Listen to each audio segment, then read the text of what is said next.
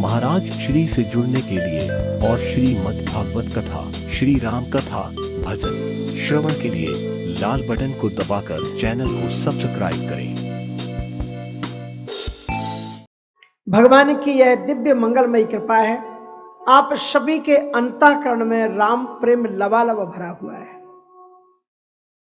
क्योंकि आपकी श्रोताओं की मुखाकृति को देखते से ही पता लग जाता है कि आप कैसे श्रोता है।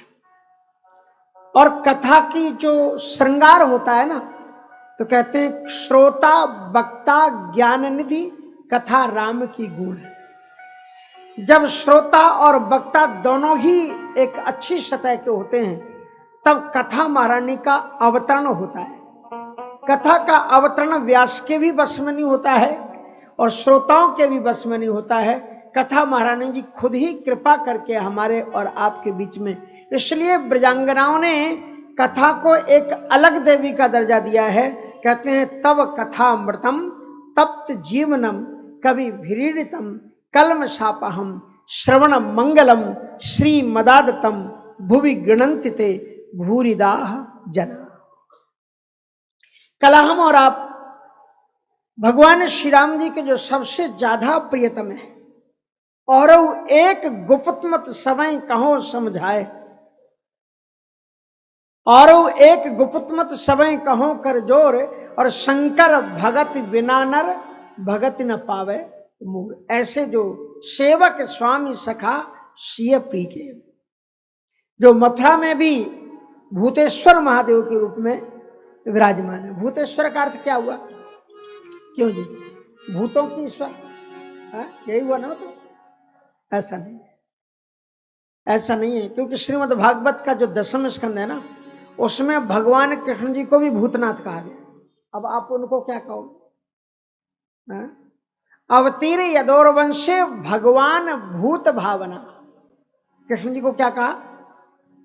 अवतीर यदोर वंशे भगवान भूत भावना कृतवान यस्य, जो उन्होंने चरित्र किया उन्हें विस्तार पूर्वक। तो यहां भूत मानी होता है प्राणी। क्या होता है? प्राणी। प्राणी मात्र के जो प्रिय हैं, ऐसे भूतनाथ समस्त प्राणियों के जो ईश्वर हैं, विश्वनाथ, बाबा विश्वनाथ। विश्वनाथ ममनाथ पुरारी और त्रिभुवन महिमा विदित तुम्हारी। ऐसे भगवान विश्वनाथ जी का कल आपने श्रवण किया कि भगवान श्री राम जी की आज्ञा को उन्होंने शिरोधार्य किया, लेकिन शंकर सोई मूर्ति और राखी। जिस रूप से रघुनंदन श्री राम जी महाराज प्रकट हुए थे, उसी को अंतःकरण में रख करके फिर समाधि में बैठ गए। इधर सप्तऋषि पहुंच गए गौरी जी के पास। बड़ा लंबा संवाद है, लेकिन हम आपको थोड़ा सा इस संवाद का जो सार है उस चीज को सुनाना चाहेंगे, जो सप्तऋषियों ने और पार्वती जी का जो संवाद हुआ है। इसमें पार्वती जी ने जो हमें शिक्षा दी है, वो 2 चीजों की शिक्षा दी है। मानव जीवन का उद्धार, मानव जीवन का समुद्धार बिना आध्यात्मिकता के नहीं हो सकता है। और ये आध्यात्मिकता के 2 सुमेरु मेरुदंड हैं। और 2 सुमेरु मेरुदंड ये कौन कौन से हैं? एक तो गुरु में विश्वास और अपने इष्ट में निष्ठा। इन दोनों चीजों को अगर जानना है तो पार्वती जी के इस चरित्र से देखिए, जो उनके संवाद से निखर करके सामने आती है। ऋषिन गौर देखी तह कैसी। भगवान शिव के आदेश से सप्तऋषि पार्वती जी के पास में गए हैं, क्योंकि शंकर जी ने कहा है कि पार्वती पह जाहि तुम प्रेम परीक्षा लेहु, और गिरहि प्रेर पठयेहु भवन दूर करेहु संदेह। वैसे तो कृष्ण भगवान शंकर जी ने जिस प्रकार से बात कही है, इससे ये पता लगा है कि भगवान शंकर जी तो सर्वांतर्यामी है। और उन्होंने कह दिया है कि आप प्रेम की परीक्षा ले लो, लेकिन मैं जानता हूं कि वो प्रेम में परिपक्व है, इसलिए गिरे प्रेरी पठेऊ भवन, ये भी कह दिया साथ में कि उनको घर भवन भेज देना, दूर करे संदेह, जो हमारे मन में है कोई बात नहीं है, संदेह नष्ट कर देना। फिर भी सप्तऋषियों ने पार्वती जी की जो परीक्षा ली, वो हमारे और आपके लिए बहुत बड़ी सूत्र का काम करती है। हम इन परीक्षाओं में फेल हो जाते हैं। थोड़ी सी साधना की, इष्ट देव बनाया और बात पूरी नहीं हुई तो खट्ट से दूसरे महात्मा आए उनके पास, बोले महाराज हमने गुरु दीक्षा तो ली थी लेकिन कुछ फायदा हुआ नहीं, इसलिए थोड़ा सा आप हमारे काशी में तो बड़ी विचित्र बात होती है, जब गुरु पूर्णिमा होती तो इतनी बड़ी लंबी लाइन लगती कि पुरुष को लगना पड़ता है हमारे काशी का, क्योंकि मैं उस स्थान से हूं जहां गोस्वामी तुलसीदास जी महाराज खुद 6 वर्ष रह करके पढ़े हैं। उस गुरुजी की गद्दी पर मैं विराजमान हूं। स्वामी अनंतानंदाचार्य जी महाराज श्री गोस्वामी तुलसीदास जी के गुरुजी श्री नरहरिदास जी महाराज थे और श्री नरहरिदास जी महाराज के गुरु थे अनंतानंदाचार्य जी महाराज। तो जिस राम मंदिर में आप पढ़े हैं उसमें गोस्वामी तुलसीदास जी महाराज भी 6 वर्ष तक रह करके अध्ययन किए। तो महाराज मैं आपको ये बता रहा था कि जो वहां पर उन्होंने जो परीक्षा ली है, परीक्षा प्राय हमारे यहाँ जब गुरु पूर्णिमा में माताएं आती हैं, एक बुजुर्ग माता जी आया करती थी हर वर्ष, अब तो वो नहीं दिखाई पड़ती। वो कहती थी महाराज तनी हमार कनवा फूंक दा। हम लोग कहते हैं ना गुरु मंत्र दे दो, कहते महाराज हमारा तनी हमारा कनवा फूंक दा, मानी वो मंत्र बोलती नहीं थी, कहते मंत्र नहीं फूंक दो। कितनी गजब की बात है, लेकिन इसके अंदर में रहस्य बहुत है। कहा कि हम आप तो बस फूंक दो बस, हाँ हम तो अर्थ शर्त क्या जान पाएंगे जब आप नहीं जान पाए, तो हम क्या अर्थ उस केवल फूंक दो। हर वर्ष फुकवाती थी और उनको देर नहीं लगती थी। वो अपना उन्होंने अपने ऊपर से ऐसा धोती की, बुजुर्ग थी 70-80 वर्ष की, और ऐसे तन्य हमारा महाराज जी हमारा कनवा फूंक दा, कान फूंक देते थे। हमारे अंदर में विश्वास नहीं होता है। और पार्वती जी से वही उन्होंने ऋषन गौर देखी तहां कैसी मूर्ति मंत्र तपस्या जैसी। लेकिन उन्होंने ये कहा कि करहु कवन कारण तप भारी। आप मुझे बताइए कि आप बेटी होकर के, ऐसा तो पुरुष भी तपस्या नहीं करते, आप एक लड़की होकर के, एक बेटी होकर के इतनी कठोर तपस्या इस विजन जंगल में बैठ करके क्यों कर रही हो?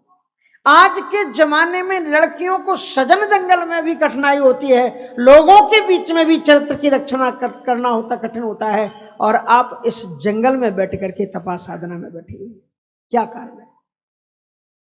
अब पार्वती जी ने कहा कि आप हंसोगे अगर हम बता देंगे। कहने नहीं आप बताओ। तो कहते हैं कि आप मेरा अविवेक तो देखिए, हम भगवान शंकर जी को पति के रूप में वर्ण करना चाहते हैं, और इतना सुनते ही सप्तऋषियों ने हंसी उड़ा दी। किसको? का शंकर जी। फिर कहना एक बार किसको पति बनाना चाहती हो? बोले शंकर जी को। कब पगला गई हो? अरे वो तो सैत मैत में भी कोई किसी को वो मिल जाए तो कोई लड़की उसको सैत मैत में भी वर्ण नहीं करे, और तुम उसके लिए इतनी कठोर तपस्या कर रही, तुम्हारा गुरु कौन है? का नारद जी। का नारद जी का अपना घर तो बसा नहीं, काले कलूटे बंदर बन गए, और उनके कहने पर तुम अपना घर बसाने चली हो। देखो ना, भल भूले ठग के बोराए। ठीक ही कहा है लोगों ने कि ठगों के चक्कर में अच्छे अच्छे बुद्धिमानों की बुद्धि मारी जाती, और तुम भी फंस गई उस ठग के चक्कर में। यहां पर सती जी ने ऋषियों को विनम्रता पूर्वक निवेदन करते हुए उन्होंने 2 चीजें प्रकट की। एक, अपने गुरु के प्रति निष्ठा कैसी हो, और अपने इष्ट देव के प्रति। क्या कहा सती जी ने? पार्वती जी ने क्या कहा? पहले इष्ट में निष्ठा बताती हैं कि कोटि जन्म लगी रगरे हमारी, बरौ शंभु नते राहु कुमारी, बरौ शंभु नते राहु कुमारी। कोटि जन्म लगी रगरे हमारी, बरौ शंभु नते राहु कुमारी, बरौ शंभु नते राहु कुमारी। महाराज आप तो एक जन्म की बात करते हैं, लेकिन मैं ये कहती हूं कि यदि हमारे इष्ट देव भगवान शिव को प्रियतम के रूप में प्राप्त करने के लिए एक जन्म तो क्या करोड़ों जन्म भी हमें अगर तपस्या करनी पड़े तो मैं करोड़ों जन्म भी तपस्या करके मैं केवल विश्वनाथ को ही अपने पति के रूप में चाहती हूं और दूसरे को नहीं। सप्तर्षियों ने समझाया कि हम तुम्हें एक ऐसे पति को बताते हैं, गावहि वेद जास जस लीला, जो क्षीर सागर में निवास करते हैं। वेदों ने भी जिनकी प्रार्थना की है और आपको अलग से तपस्या नहीं करनी पड़ेगी, आपको वैसे ही वो मिल जाएंगे, हम प्रार्थना कर देंगे। बोले कोटि जन्म लगे। इसलिए उन्होंने कहा कि भले ही आपके दृष्टि से महादेव अवगुण भवन, इस दोहे को ध्यान से सुनना। क्या कहा कि महादेव अवगुण भवन, विष्णु सकल गुण धाम,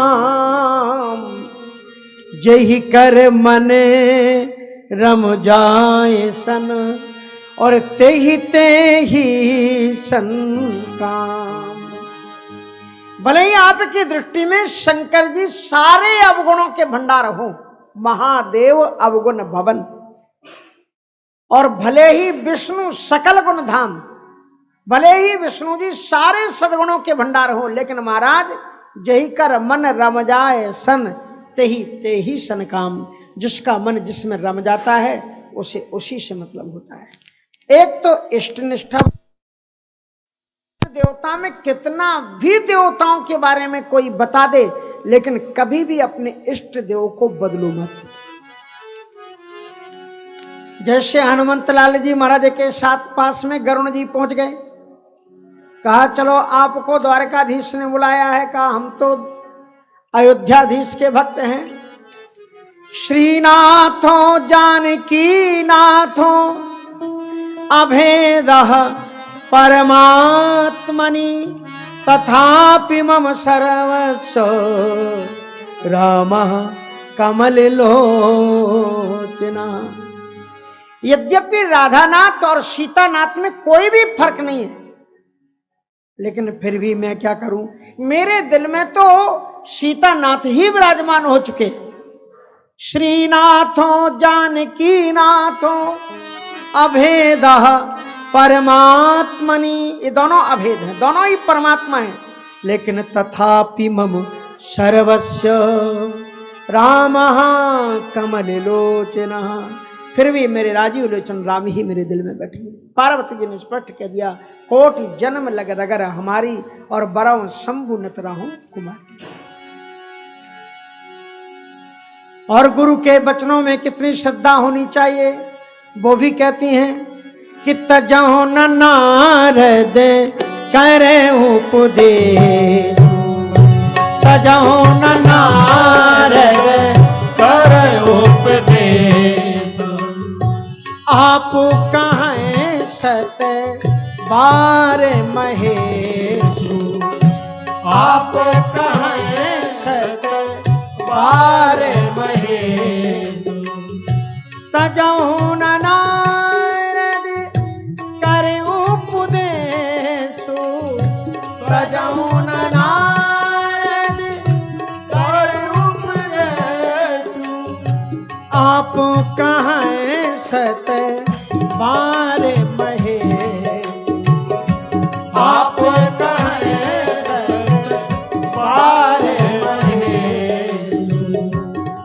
अपने गुरु में गुरु के वचन प्रतीत न जेहि, और सपनु सुखद न सिद्धि कछुते ही।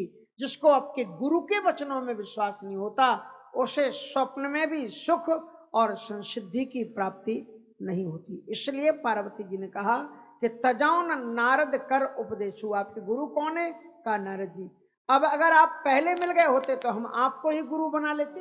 जो तुम मिलते हो प्रथम मुनीसा, तो मनते हो सिख तुम्हारा धर सीसा। अब तो हमारे गुरु जी नारद जी हो गए और उन्होंने शंकर जी का मंत्र मुझे दे दिया। इसलिए तजाओ न नारद कर उपदेशु, आप कहें सतवार महेशु। गुरु में श्रद्धा अपने इष्ट देव से भी ऊपर, इष्ट देव से भी ऊपर गुरु में श्रद्धा।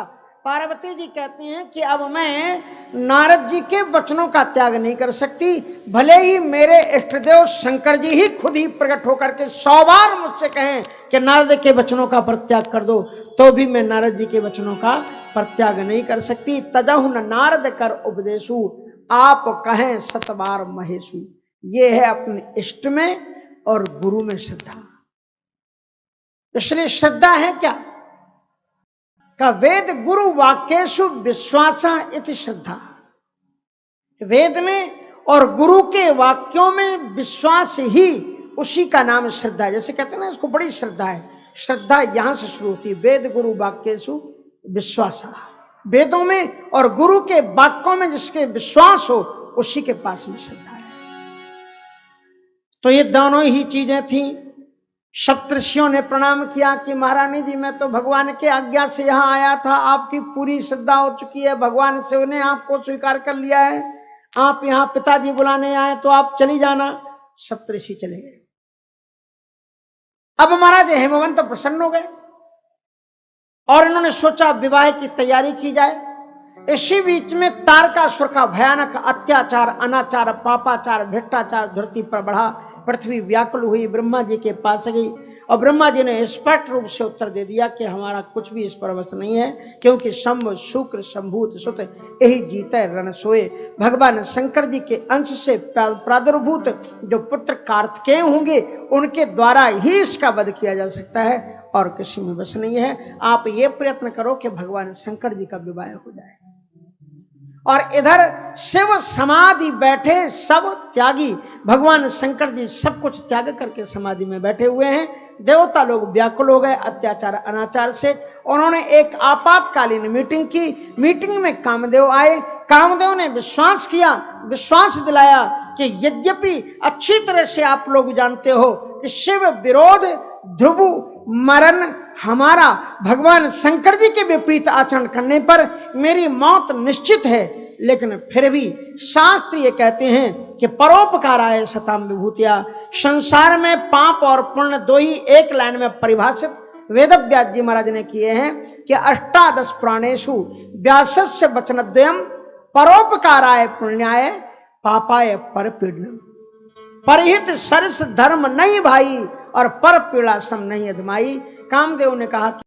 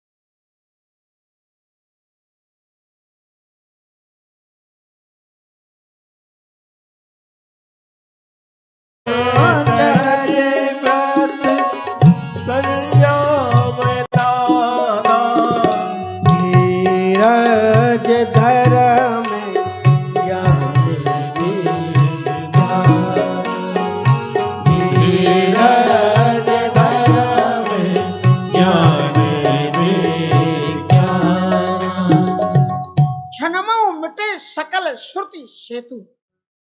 जितने भी वेदों में शास्त्रों में ब्रह्मचर्य संयम जप तप संयम समाधि जितने भी साधन बताए गए हैं, काम के कुपित होने पर सारे के सारे संयम समाधि समाप्त हो गई। देखें जो निषिद्धन ब्रह्म में ते नारी में देखत रहे। जो बड़े बड़े अमलात्मा विमलात्मा योगी सत्पुरुष नित्य निरंतर अंतःकरण में परमात्मा का चिंतन करते थे, अब वे नारियों का चिंतन कर रहे थे।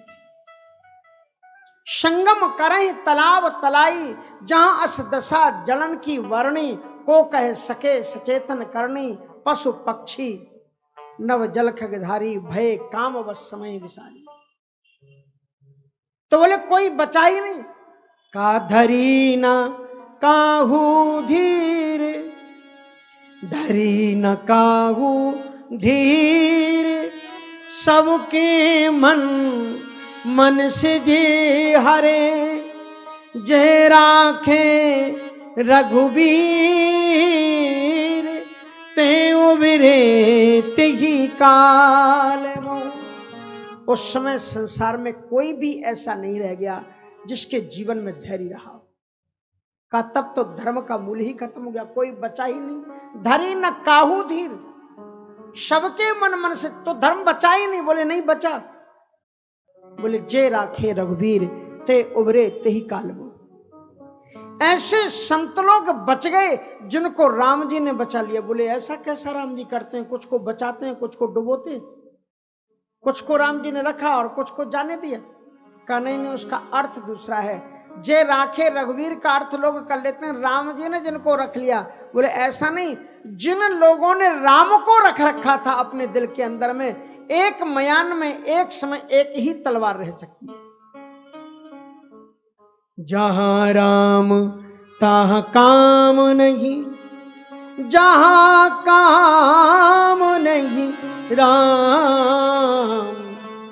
तुलसी कबहू की रह सके, रवि रजनी एक ठाम।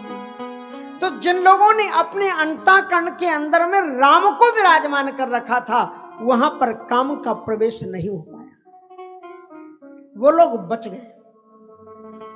काम सीधे भगवान शिव के पास पहुंचा और पांचों प्रकारों के बाणों का संधान करने के बाद में भी उसकी स्थिति चली नहीं। रंभा अधिक सुर नारी नवीना, सकल असमसर कला प्रवीणा। वसंत ऋतुराज का उसने सृजन किया, अप्सराओं ने नृत्य किया। अंत में काम ने भगवान शिव के ऊपर बाण का प्रहार किया, और जो ही सम्मोहन बाण का प्रहार किया तो भगवान शंकर जी के नेत्र खुले। नेत्र इसलिए नहीं खुले कि वो व्याकुल हो गए। भगवान शिव ने कहा कि मुझे कोई राम की भक्ति से विचलित करने की चेष्टा कर रहा है, और ये सबसे बड़ा दुश्मन है वो व्यक्ति आपका। आप लोग भी ध्यान रख लेना, जो आपको भगवान से दूर ले जाने की कोशिश करे, जो आपको भगवान से दूर ले जाने की कोशिश करे, उससे बड़ा दुश्मन आपका संसार में दूसरा कोई नहीं है। भगवान शंकर जी ने नयन उघार चहुं दिश देखा, कौन है वो जो मुझे राम की भक्ति करने में बाधा कर रहा है। भगवान शिव के नेत्र खोलते ही प्रकृति में सन्नाटा पसर गया, साफ साए साए हवा का चलना रुक गया। तभी तक भगवान शिव ने देखा कि एक आम की डाल हिल रही है। हिलती हुई डाल के बीच में अग्नि की तरह प्रकाशवान कोई दिखलाई पड़ा, और तब भगवान शंकर जी ने देखा कि सौरभ पल्लव, सौरभ मानी आम, आम को सौरभ कहते हैं। सौरभ पल्लव मदन विलोका। देखना, आप ध्यान रखना, ये बड़ा संयोग की बात है। वसंत का प्रकट किया गया है, और वसंत का जब वर्णन होता है तो आम में मंजरियां आती हैं। सौरभ माने वसंत में ही आम के वृक्षों में मंजरियां आती हैं। वसंत का यदि वर्णन होगा तो निश्चित रूप से आम्र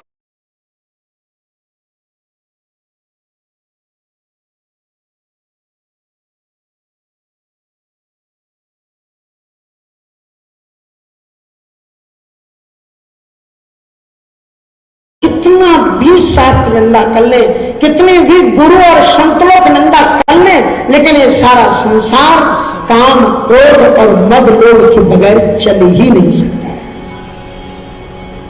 नहीं चल सकता। काम क्रोध मद लोभ जीवन में होना ही चाहिए, लेकिन ध्यान रखना चाहिए कि ये दाल में नमक की तरह हो।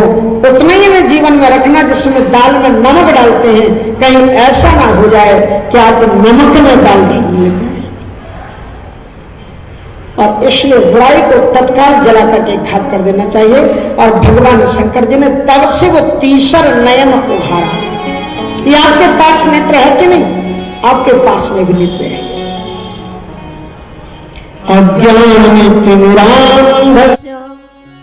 ज्ञानांजन शलाकया चक्षुरुन्मीलितं येन तस्मै श्री गुरुवे नमः।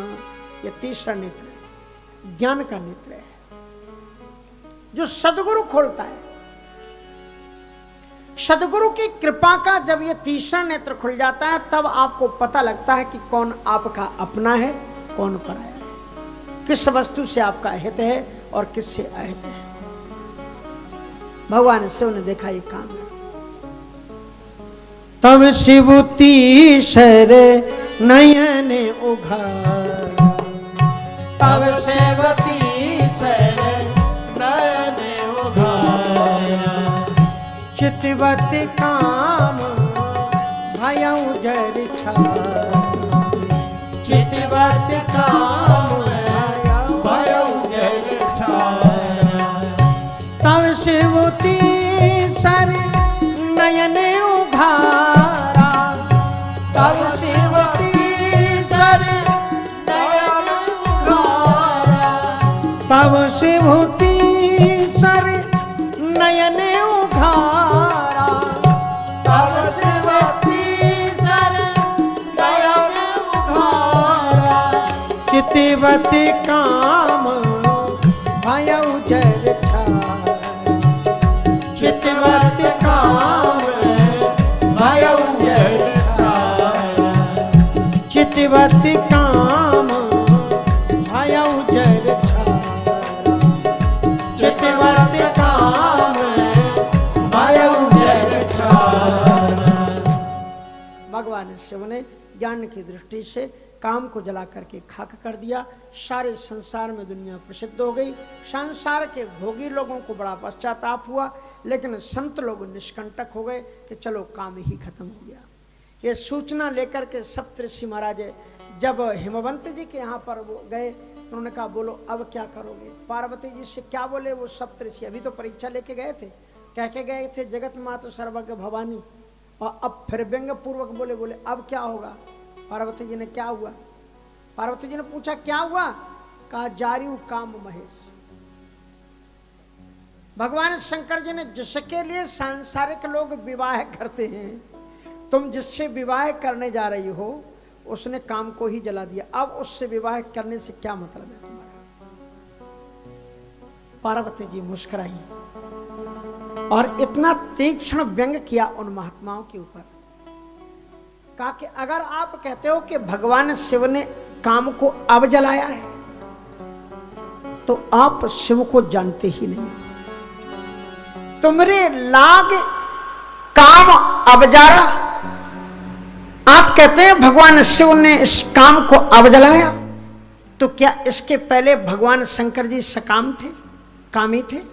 अरे तुम्हारे लाग, तुम्हारी दृष्टि में उन्होंने काम को जला करके क्या किया होगा, लेकिन हमारे जान सदा शिव योगी, अज अनवद्य अकाम अभोगी, जो मैं शिव से अस जानी। हमारी दृष्टि में भगवान सदैव सदैव अकाम है, निष्काम, उनके जीवन में काम प्रवेश ही नहीं करता।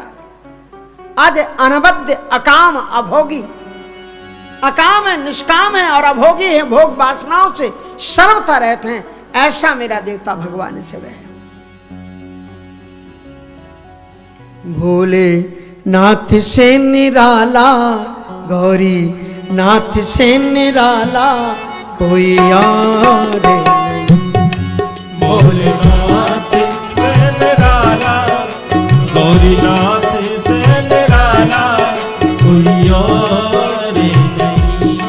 भोले नाथ से निराला, गौरी नाथ से निराला कोई और।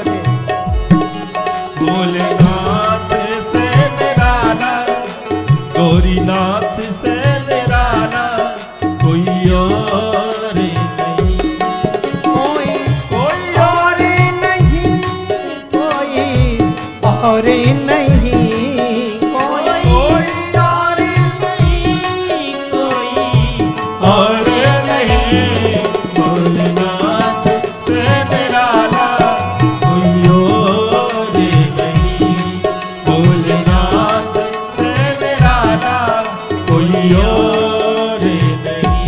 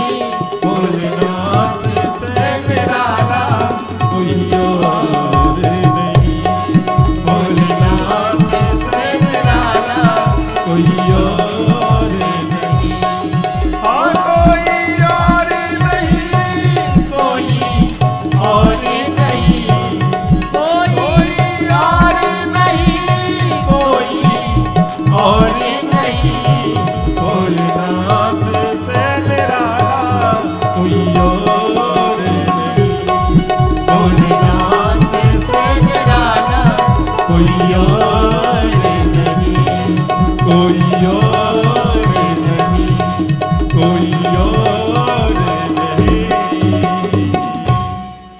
और उसके बाद हिमवंत जी महाराज बड़े प्रसन्न हुए और उन्हें पत्री सप्त ऋषन सो दीन्ही और गहपद विनय हिमाचल दीन्ही किन्ही कि महाराज अब विवाह की तैयारियां की जाए। अब विवाह की तैयारी में कन्या पक्ष वाले तो जो तैयारी करते हैं सो करते हैं, लेकिन दूल्हा को भी सजाया और श्रृंगार किया जाता है। अब ये हुआ कि दूल्हा का श्रृंगार कैसे किया जाए, तो लक्ष्मी जी और सरस्वती जी मिलकर के भगवान नारायण के पास में आई। नारायण जी ने कहा कहो देवियों क्या बात है। कहा कि हम थोड़ा आपसे परमिशन चाहते थे कि अगर आपकी आज्ञा हो तो चूंकि वहाँ पर कोई नारियां तो है नहीं, तो भगवान शंकर जी अब दूल्हा बनेंगे तो उनको कौन सजाएगा, कौन श्रृंगार करेगा। अगर आपकी आज्ञा हो तो हम लोग हिमालय में जाकर के और दूल्हा को सजा देंगे। भगवान विष्णु मुस्कुराए, कहा कि मामला तो हमको तो कोई दिक्कत नहीं है, आप चली जाओ। लेकिन वो शंकर जी तो महाराज जो है सो ठीक है, लेकिन उनके नंदी भृंगी आदि के विचार अलग ही होते हैं, इसलिए पहले जरा परमिशन वहाँ से मंगा लो, उसके बाद में जाना, नहीं तो वहाँ बेइज्जती हो तुम्हारी। तो कहा आप ही भेज दो किसी को। तो महाराज जी नारद जी गए, भगवान शंकर जी से मिले, शंकर जी से कहे कि आपके लिए बड़ी खुशखबरी की बात है। बोले क्या खुशखबरी की। कहा आपको सजाने के लिए, दूल्हा को सजाने के लिए फॉरेन की कंपनी ने आपको ऑफर किया है कि फॉरेन से लोग आपको सजाने के लिए आएंगे। भगवान शंकर जी ने कहा कौन आएगा। कहा भगवती लक्ष्मी जी और सरस्वती जी का पदार्पण होगा। कहा महाराज बिल्कुल खुशी की बात है, बड़ी प्रसन्नता की बात है, स्वागत है, वेलकम है, लेकिन क्या है कि हमारी कंट्री का मामला है, इसलिए कंट्री के मंत्री मिनिस्टरों को बुला करके हम एक मीटिंग कर लेते हैं। अगर प्रस्ताव पारित हो गया, सबने स्वीकृति दे दी तो स्वागत है। अब हम अकेले तो निर्णय ले नहीं सकते। अब नंदी भृंगी भूत प्रेत आदि सब एकत्र हुए और शंकर जी ने खुशखबरी सुनाई कि हमको सजाने के लिए विदेश से आने वाले लोग हैं। एक ने खड़े होकर के कहा महाराज कदाप नहीं हो सकता है, हमारी कंट्री का अपमान है। हमारी कंट्री के देवता को सजाने के लिए विदेश की वस्तुएं आए, विदेश के लोग आए, हम कतई बर्दाश्त नहीं कर सकते, हम राष्ट्रभक्त हैं। तो बोले फिर अभी तक हमने आपका श्रृंगार किया है और दूल्हा के रूप में भी हम ही लोग श्रृंगार आपको सजाएंगे। तो भगवान शंकर जी ने कहा तुम कभी दूल्हा बने हो। भूत प्रेतों से नंदी भृंगी से पूछा कि तुम कभी दूल्हा बने हो। तो बोले ना हम तो कभी नहीं बने। तुमने कभी दूल्हा देखा है। बोले देखा भी नहीं। बोले तुम दूल्हा बने नहीं और तुमने कभी दूल्हा देखा नहीं, तो तुम दूल्हा सजाओगे कैसे। तो बोले हाँ ये तो थोड़ा सा प्रॉब्लम, एक काम करो आप। बोले क्या। बोले आप वहां से लिस्ट मंगा लो, तो लिस्ट में जो जो चीज लिखी होगी उसी मटेरियल, अपने राष्ट्र की कंट्री के मटेरियल को हम प्रयोग करेंगे और उसी से हम लोग आपको वो चीजों का श्रृंगार करेंगे जो जो लिस्ट में।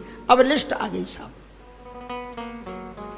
शंकर जी को दूल्हा के रूप में सजाने के लिए कहां ले गए मालूम है। भगवान शंकर जी के लोक में एक ऐसी भयानक काल कोठरी है, प्रलयंकर भयंकर। भगवान शंकर जब सृष्टि का प्रलय करने के लिए अपना श्रृंगार सजते हैं, उस काल कोठरी में ले जाया जाता है, जहां पर विनाश के देवता का श्रृंगार होता है। वहां पर सृष्टि का सृजन का देवता होता है दूल्हा, उसका श्रृंगार करने जा रहे हैं।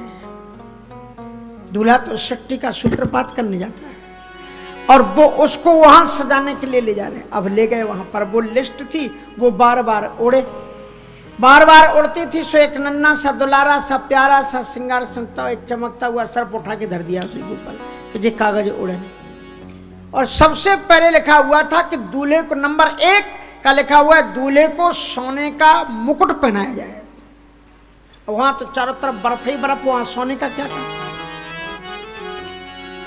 तो उनका चिंता की कोई बात नहीं, ये आपकी जो जटाएं हैं ना, इनको हम अभी धो देते हैं, ये आपकी जटाएं ही सोने को मात करती हैं, सोने की तरह चमकती है। बाबा विश्वनाथ की जटाओं को धोया गया, चमकाया गया और उसके बाद में 10 प्रेतों ने उनको पकड़ा, बड़ी बड़ी जटाएं, और गन्न मन्न घूमे ऐसे ऐसे ऐसे ऐसे, और करते करते करते करते वो जटा एकदम ऊपर ऐसे, बोले बहुत सुंदर आप दूल्हा के रूप में बन के तैयार हो गए। गोस्वामी जी ने 5-6 पंक्तियों में दूल्हा का श्रृंगार का वर्णन किया है। शिव ही शंभु गने करहि श्रृंगार, शिव ही शंभु गने करहि श्रृंगार, मुकुट आई मोरे संभार, जटा मुकुट आई मोरे संभार, कुंडल कंकन पहिरे प्याला, कुंडल कंकन पहिरे प्याला, कुंडल कंकन पहिरे प्याला, कुंडल कंकन पहिरे प्याला, तन विभूति पट के हरि छाला, तन विभूति पट के हरि छाला, तन विभूति पट के हरि छाला। अब उसमें लिखा हुआ था कि शिवय शंभुगन करहि सिंगारा जटा मुकुट, तो सोने की जगह पर उनकी जटाएं ही सोने की तरह चमकती हुई थी, उनको साफ किया गया और 10 प्रेत गणों ने लेकर के उनको खूब अच्छे सजा दजा करके एकदम का मुकुट तो मिल गया है। अब उसमें लिखा हुआ था मुकुट के अलावा मोर पहनाई जाए। मोर जानते हैं, वो लंबी लंबी सी ऐसी तुरही की तरह होती, चमकती हुई, और ऊपर में कलगी लगी। बोले वो मोर मणि कहां से लाई जाए, तो एक बड़ा प्यारा सा स्वर्ण में एक मणिहारा सर्प पकड़ा और शंकर जी के कान के बगल की जटा एक थोड़ी सी ढीली की और उसके अंदर में उसकी पूंछ को कस दिया और उसके शरीर में मणि की तरह धब्बे थे, उसको ऐसे ऐसे करके लपेटा और फण ऊपर कर दिया, और फण के ऊपर में वो मणि चमक रही, मणि अलग चमक रही थी, 2 आंखें अलग चमक रही थी नागराज की, और 2 जीभ अलग से लप लप कर रही थी। इतना सुंदर मोर, बोले ये देखो कितना सुंदर मोर, अरे बड़े वाह, क्या क्या गजब का मोर है। शिवय शंभुगन करहि सिंगारा, जटा मुकुट अहि मोर सवारा, कुंडल कंकन पहरे व्याला। अब कहा कि दूल्हा के हाथों में कानों में कुंडल पहनाए जाएं।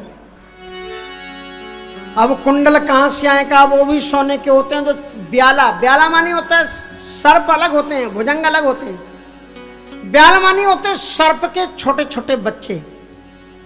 तो जो स्वर्ण की तरह चमकने वाली तेज गति से रेंगने वाले जो सर्प के बच्चे थे, स्वर्ण को पकड़ा, और बाबा विश्वनाथ जी ना नाथ हैं तो उनके कान फटे हुए हैं यहाँ से, सो एक पूंछ उधर से डाली और फन के पास में ऐसे अंटा दे दिया, एक इधर सर्प लटका दिया और एक इधर सर्प लटका दिया। कहते क्या गजब का कुंडल है। दुनिया के दूल्हा जो कुंडल पहनते हैं वो केवल हिलते हैं, लेकिन इस दूल्हा ने जो कुंडल पहने हुए वो हिलते नहीं है।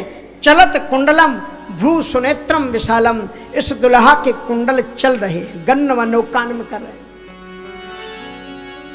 और उनका फन छेद में है, फन फन कर रहे हैं कान में छेद। भगवान शंकर जी का ये दूल्हा का जो श्रृंगार है, इससे हमें 2 चीजों की प्रेरणा मिलती है। उनके हाथ में माला है और गले में सर्प है। सर्प मानी मौत का प्रतीक और माला ईश्वर भजन। इसलिए मानव को मानव जीवन अगर सार्थक करना है तो 2 चीजों को बराबर स्मरण करके रखो। एक मौत को कभी नहीं भूलना चाहिए और दूजे श्री भगवान और दूसरे भगवान को कभी नहीं भूलना चाहिए। जो अपने जीवन में मौत को नहीं भूलते हैं कि आद्यवाद्य शतान्ते व मृत्रवई प्राणी नाम ध्रुव, आज नहीं तो कल जो धरती पर पैदा हुआ है एक दिन जाना ही है। गृहीत विकेशेषु मृत्युना धर्माचरेत, मौत ने हमारी चोटी पकड़ रखी है, अब पटक दे कि कब पटक दे। इसलिए भगवान का नाम स्मरण करते रहो। इसलिए भगवान शंकर जी के गले में सर्प मौत का प्रतीक है, कान में आवाज देता रहता है कि मैं आपके गले में लटका हुआ हूं, और हाथ में माला है जिसमें तुम पुनि राम राम दिन राति और सादर जपहु अनंग राति, निरंतर राम राम जपते। कुंडल कंकन पहरे व्याला, और हाथों में भी सर्पों को लपेट दिया गया। अब लिखा हुआ था कि दुल्हा को ओवटन कराया जाए। ओवटन तो महाराज बहुत कैसे कैसे भारत, दक्षिण भारत में तो आज भी ओवटन, रोज ही ओवटन करते हैं। अपने उत्तर भारत में शादी आदि के टाइम पर ही कराया जाता है, लेकिन दक्षिण भारत में तो प्रायः प्रतिदिन ओवटन। हाँ, वो हल्दी दही यही क्या मिला करके बनाते हैं कुछ अलग से पदार्थ। एक जगह तो मैं कहीं पर, बचपन की कभी की बात है, कहीं पहुंच गया मैं किसी शादी में। बाबा लोगों को शादी में नहीं बुलाना चाहिए और बाबाओं को जानना भी नहीं चाहिए। बाबाओं को ना तो शादी में जाना चाहिए और ना बाबाओं को शादी में बुलाना चाहिए, दोनों में ही खतरा है। क्योंकि अब दूल्हा बेचारा श्रृंगार करके चला जा रहा है और बगल से आपके वो स्वामी जी जिनको आप बुलाए हो उनको ले जाओ जय जयकार करते हुए, तो दोनों में से एक काम हो सकता है। या तो ये हो सकता है कि वो साधु जब उस लड़के को दूल्हा बन करके बैठा हुआ पालकी में देखेगा तो कहेगा यार हमको भी ऐसा करना चाहिए था, हमको भी दूल्हा बनना चाहिए था, हम ये हमने मौका छोड़ दिया, तो उसका बैराग्य खिसक सकता है, तो भी खतरा है। और एक और घटना हो सकती है कि उस बाबा को देखकर के दूल्हा के चक्कर में समझ में आ सकता है दिमाग में यार अपन कहाँ घर गृहस्थी में फंसने जा रहे हैं, ये महात्मा अच्छे छोड़ो, और कहीं पालकी से कूद के भाग खड़ा हुआ तो क्या करोगे आप। इसलिए ना तो महात्माओं को जाना चाहिए और ना महात्माओं को दूर से ही प्रणाम कर लो, महाराज प्रणाम। मैं तो ऐसी कह रहा हूँ, गुरुओं को बुलाना चाहिए, ऐसी बात नहीं है, लेकिन साधुओं के लिए श्रीमद् भागवत में लिखा है, नवम स्कंद में आप पढ़ लेना, शौवर ऋषि ने कहा है संयम तजेत मतलब वृतनाम मुमुक्षु, गृहस्थियों को, साधुओं को कभी गृहस्थियों के बीच में नहीं रहना चाहिए। शौवर ऋषि ने जमुना के अंदर में मत्स्य की काम कीड़ा देख करके उनके मन में शादी का भाव जाग गया, इसलिए गृहस्थियों का तो कुंडल कंकन। तो एक बार मैं कहीं पहुंच गया तो वहां पर बीच बीच में अरे मर गए ऐसी आवाज आया, उनके ये क्या हो रहा है। हमने पूछा भाई क्या हो रहा है, कोई आदमी की बलि दे जा रही क्या। बोले महाराज बलि ही समझ लो। उनका बोले बलि क्या, बोले ओवटन हो रहा है। बोले इसमें क्या होता है, बोले वो पता नहीं क्या क्या रखकर शरीर में रखकर ऐसे ऐसे जोर जोर से मलते हैं। ओवटन नहीं होता है, रोम पाटन हो जाता है। क्या होता है, रोम पाटन। तो दूल्हा चिल्लाता है। अब जो दूल्हा बनने होंगे उन लोगों को मालूम होगा कैसे होता है। अब उसमें लिखा हुआ था कि दूल्हा को ओवटन कराया जाए, तो भगवान शंकर जी से बोले कि ये ओवटन क्या होता है, हमें पता ही नहीं है क्या होता है। भगवान शंकर जी ने कहा डोंट वरी, आपको चिंता करने की जरूरत नहीं, तत्काल एक को अभी काशी जी भेजो और मणिकर्णिका घाट में अभी तत्काल में जो मुर्दा जला हो उसकी ताजी ताजी राख लेकर के आ जाओ और मेरे शरीर में लपेट दो। तो तन विभूति पट, भगवान शंकर जी काले नहीं है समझ लेना, और भगवान शंकर जी नीले भी नहीं है, लोग नीले रंग का बताते थे। शंकर जी के समान सुंदर तो विष्णु जी भी नहीं है, इतने सुंदर हैं। कितने सुंदर हैं आप जानते हो सब। कर्पूर गौरम करुणावतारम संसार सारम भुजगेंद्रहारम सदा वसंतम हृदयालभिन्दे भवम भवानी सहितम नमा। कर्पूर गौरम, कपूर की तरह गौर वर्ण के। लेकिन उस पर भभूति लगा दी जाती है। ये भभूति क्यों लगाई जाती है? कि तुम इस शरीर के ऊपर में कितना भी इत्र तेल फुलेल पूरी जिंदगी में तुम लाखों रुपए का लगा लगा के खराब कर दो, लेकिन अंत में इसको जल करके खाक ही हो। इसलिए हनुमान जी ने सुंदर में कांड में देखा, मंदिर मंदिर प्रतिकर शोधा और देखे जहां तहां अग्नित जोधा। मंदिर मानी शरीर। लंकावासी राक्षसों के शरीर के अंदर में प्रवेश करके देखा कि देखे जहां तहां अग्नित जोधा, काम क्रोध मद लोभ के जोधा दंड बैठक लगा रहे हैं, लेकिन मंदिर मौन दीख वैदेही, भक्ति किसी के दिल में नहीं थी। और तुम कितने भी खूबसूरत बने रहो, कितने भी इत्र तेल फुले लगाओ, कितने भी कीमती रत्न उपहार पहनो, कितने भी बड़े बड़े महंगे महंगे कपड़े पहनो, लेकिन अंत में इसको जल करके खाके ही होना। इसलिए हनुमंत बड़ी सुंदर बात करते हैं।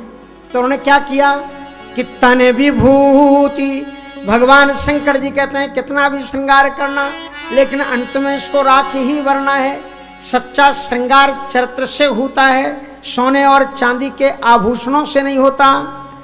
इसलिए तन विभूति पट के हरि छाला। अब लिखा हुआ था कि पीतांबर पहनाया जाए। बोले पीतांबर कहां से लाओगे? मेरा बागंबर है, लाओ मैं उसी को धारण करता हूं। और बाबा विश्वनाथ जी ने पीतांबर की जगह बागंबर, मितव्ययी बनो। जो आपके घर में उपलब्ध वस्तुएं हैं उन्हीं संसाधनों में जीवन जीना सीखो, थोड़े से थोड़े। ये देखो, मानव जीवन जीना एक कला है, और जिसे मानव जीवन जीने की कला आ गई वो थोड़े से भी साधनों में बड़े आनंद की, बड़े मौज की जिंदगी गुजारता है। और जिसे जीवन जीना नहीं आया वो अरबपति खरबपति होकर के हार्ट अटैक कंडीशन लेकर के महलों में रात में सोता नहीं है, डंलप के गद्दों में नींद नहीं आती। भोग तो भगवान ने पूरे दे दिए हैं, डॉक्टर ने मना कर दिया एक ही रोटी खाना, साहब ज्यादा मत खाना। हाँ। संसार के प्राणियों के पास में दो चीजें होती हैं, एक तो होता है दुख और एक होता है कष्ट। दुख और कष्ट कैसा है? उसी प्रकार से जैसे कि हाथ में दर्द है, हाथ में किसी प्रकार का दर्द है, ये क्या है? दुख है। लेकिन यदि हाथ को आपको पकड़ करके कोई छुरी चलाए तो ये कष्ट है। अब ये दोनों व्यक्ति के जीवन में आती हैं, एक अलग से आप इनको देखिए। आपको बहुत भूख लगी हुई है, लेकिन खाने के लिए आपके पास में 2 दिन नहीं है, ये दुख है। दुख और कष्ट एक मत समझ लेना, आज परिभाषित कर लो और नोट करके रख लेना। और जीवन में जब आए तो देखना, कोशिश करना कि हमारे जीवन में दुख है कि कष्ट है। जो दुख आता है वो दुख जो आपके जीवन में आता है कर्म के परिणाम, जो विधान से लिखा हुआ है वो आता है। और जो कष्ट है वो सद्या किए गए कर्मों का परिणाम होता है। इसलिए दुख वो है कि आपको भूख लगी हुई है लेकिन खाने के लिए 2 दाने नहीं है, ये क्या है? दुख है। क्या है ये? दुख। नोट कर लेना। और आपके घर में 56 व्यंजन रखे हुए हैं, सारी सामग्री रखी हुई है, लेकिन डॉक्टर ने मना कर दिया है कि कुछ नहीं खा सकते हो। ये क्या है? शाम से रखा हुआ है और लोग खा रहे हैं आपके सामने रसगुल्ला बड़े मौज से, और आपको कह रहे हैं कि नहीं आप मत खाना बाबूजी, आपको मना किया डॉक्टर, आप मत लो। हाँ, घर में अगर आप कह भी तो कि एक गुलाब जामुन रख दो, कुछ नहीं, आपको डॉक्टर ने मना किया है। ये क्या है? कष्ट है। ये कष्ट है, सामने है लेकिन खा नहीं सकते। आपको बड़ी तेज नींद आ रही है, रहा नहीं जा रहा है, लेकिन पांव पसारने के लिए जमीन नहीं है, ये दुख है। लेकिन आपके घर में एसी लगा है, डनलप के गद्दे बिछे हुए हैं और आंखों में नींद नहीं है, ये क्या है? ये कष्ट है। अलग अलग चीजें होती है। इसलिए जीवन जीना सीखो, मितव्ययी बनो, भगवान शंकर की तरह जीवन जियो, कोई भी अपेक्षा ही नहीं संसार से। जो संसाधन दुल्हा बनने जा रहे हैं तो भी कोई भी एक्स्ट्रा चीज भगवान शंकर जी ने कहीं बाहर से नहीं मंगाई है। जो चीजें थी, कहा पीतांबर दूल्हा को पहनाना है, कहा ले आओ बागंबर, हम उसी बागंबर को पहनेंगे। अब उसमें लिखा हुआ था कि दुल्हा का पवित्र जल से अभिषेचन करवाया जाए। ओम पवित्रेष्ठो वैष्णव्यो प्रसवात्पुरामिच्छिद्रेण पवित्रेण सूर्यस्य रश्मिभिः तस्य ते पवित्रपते पवित्रपूतस्य यत्कामः महाराज पवित्र कराया जाए। तो भगवान शंकर जी ने कहा कहीं से गंगा जल लाने की जरूरत नहीं। एक जटा को ढीला किया, हरा करके भगवती भागीरथी गंगा जी की एक धारा प्रवाहित हो उठी, इसको कोई जरूरत नहीं है। चंदन लगाया जाए, का चंदन नेत्र को खोलने के लिए लगाया जाता है, लेकिन यहाँ तीसरा नेत्र खुद ही खुला हुआ है। गले में कंठा हार डाला जाए तो उन्होंने कहा वो मृत मुंडों की माला पड़ी है, उठा करके भगवान विश्वनाथ जी ने उसको गले में डाल दिया। सारा श्रृंगार बन करके तैयार हो गया था। अब उन्होंने कहा कि महाराज दुल्हा के हाथ में एक कटार दी जाती है, जानते ना, एक चाकू या तलवार, कि किसी की नजर न लगे, कोई शनि न लगे। तो भगवान शंकर जी ने कहा हमारा त्रिशूल उठाओ। वो त्रिशूल ऐसा है जिसका दर्शन कर लेने मात्र से दैहिक दैविक भौतिक तापा तीनों प्रकार के जो संताप हैं बाबा विश्वनाथ जी के त्रिशूल का दर्शन करने से एक भी ताप व्याप्ता नहीं है। ऐसा त्रिशूल है, उसे लाओ। त्र्यंबकम जजामहे सुगंधिम पुष्टिवर्धनम उर्वारुकमिव वंदनानि मृत्योर्मुक्षये मामृतात्। त्रिशूल बाबा ने पकड़ लिया। किसी ने कहा कि महाराज कितनी भी शानदार बारात हो, लेकिन उसकी शान तभी होती है जब उसके अंदर में सबसे अच्छा कीमती और महंगा अच्छा बैंड बाजा पार्टी हो। एक बैंड बाजा पार्टी चाहिए, क्योंकि वो घना घन एकदम बाजे बजते हुए चलेंगे। भगवान शंकर जी ने कहा फिजूल खर्ची मुझे पसंद नहीं, इसलिए हमारा कैलाश ब्रांड बैंड लाओ। बोले कैलाश ब्रांड बजन कहाँ से आ गया? बोले वो हमारा डमरू है ना, लाओ पकड़ाओ मुझे। कहा मैं अपनी शादी में बाजा खुद ही बजा लूंगा। आज तक आप बोलो ऐसा कोई दूल्हा मिला जो अपनी शादी में खुद ही डमरू बजा रहा हो? बोले कोई भी बाजे की कोई जरूरत नहीं।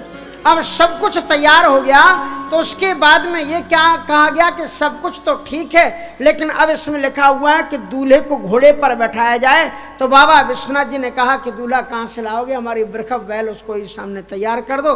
भगवान विश्वनाथ जी बैल पर बैठ गए। कहा वो भी ठीक है, लेकिन अब इसमें लिखा हुआ है दूल्हे के हाथ में मंत्रोच्चार पूर्वक घोड़े की लगाम पकड़ाई जाए। भगवान श्री राम जी जिस दूल्हे पर बैठे, जही पर बाज राम असवारा तेई शारदौ न वर्ण पारा। जिस दुल्हा पर राम जी बैठे उसकी सरस्वती जी भी वर्णन नहीं कर सकती थी। जन बाज वेश बनाए मन से राम हित अति सोहई। मानो कि साक्षात कामदेव ही घोड़ा बन करके आ गया था जिस पर राम जी। तो बोले अब घोड़े पर बैठाया जाए। बाबा विश्वनाथ जी बैल पर बैठ गए, और बैल पर जब बैठे तो उसमें लिखा हुआ था कि दूल्हे के हाथ में घोड़े की लगाम पकड़ाई जाए। अब बोले यहाँ तो घोड़ा है ही नहीं, लगाम है ही नहीं। तो बोले महाराज इसमें लिखा है लगाम पकड़ाई जाए। अब वो कैसे होगा? बाबा विश्वनाथ जी ने कहा डजंट मैटर, हमारे पास में सबका समाधान है। भगवान शंकर जी ने उठाया पांव, और जो आगे की तरफ बैठे हुए थे वो मुड़ करके पीछे को बैठ गए और बैल की पूंछ को ही उन्होंने पकड़ लिया। कहा ये मेरी लगाम है। आज तक दुल्हा देखा, लेकिन इसका मैसेज बहुत अच्छा है। मैसेज अच्छा है। भगवान शंकर जी कहते हैं गृहस्थ जीवन एक महत्वपूर्ण जीवन है। गृहस्थ जीवन में आप प्रवेश करते हो, जिम्मेवारियों के जीवन में प्रवेश करते हो, तो गृहस्थ जीवन सुखोपभोग के लिए नहीं होता है। संयम और साधना का नाम है गृहस्थ जीवन। इसलिए गृहस्थ जीवन में भी जाना तो धर्म रूपी बैल की पूंछ पकड़े रहना। जो गृहस्थ जीवन में धर्म की पूंछ को छोड़ देते हैं वो पतित हो जाते हैं, नष्ट हो जाते हैं। इसलिए ऐसे अवसर पर भी धर्म की पूंछ को पकड़े रहना। इसलिए विश्वनाथ जी धर्म की पूंछ पकड़ करके उसमें थे। बड़ी सुंदर बारात चली है, दूल्हा बने हैं, हाँ जी, दूल्हा बने हैं भोलेनाथ, ब्याह रचाने चले। दूल्हा बने भोलेनाथ, ब्याह रचाने चले। लेके निराली बारात गौरा जी कुलाने चले।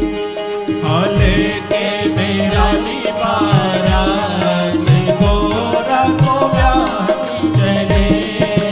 दूल्हा बने भोलेनाथ, ब्याह रचाने चले। दूल्हा बने भोलेनाथ,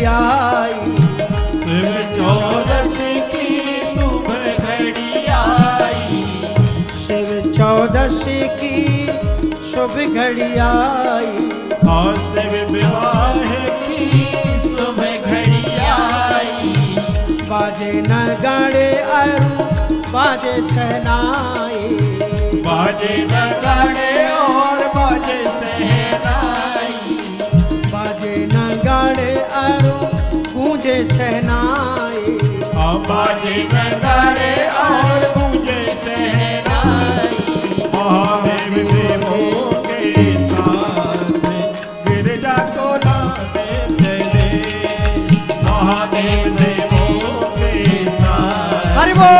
गिरजा को लाने चले, और दूल्हा बने भोलेनाथ ब्याहे रचाने चले, दूल्हा बने भोलेनाथ ब्याहे रचाने चले।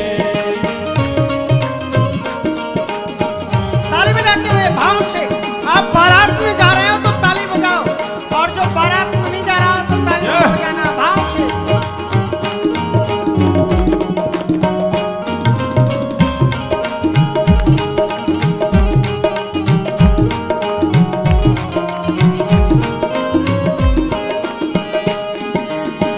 मस्तक पे चंदा है नंदी सवारी, मस्तक पे चंदा है नंदी सवारी, सहरा जटाओं का बांधे त्रिपुरारी, सहरा जटाओं का बांधे त्रिपुरारी, मस्तक पे चंदा है नंदी सवारी, मस्तक पे चंदा है नंदी सवारी, सहरा जटाओं का बांधे त्रिपुरारी, सहरा जटाओं का बांधे त्रिपुरारी, और डमरू त्रिशूल लिए हाथ जग को नचाने चले, डमरू त्रिशूल लिए हाथ जग को नचाने चले, और दूल्हा बने भोलेनाथ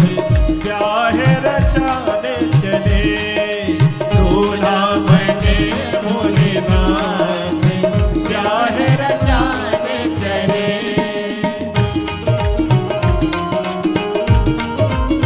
जय जय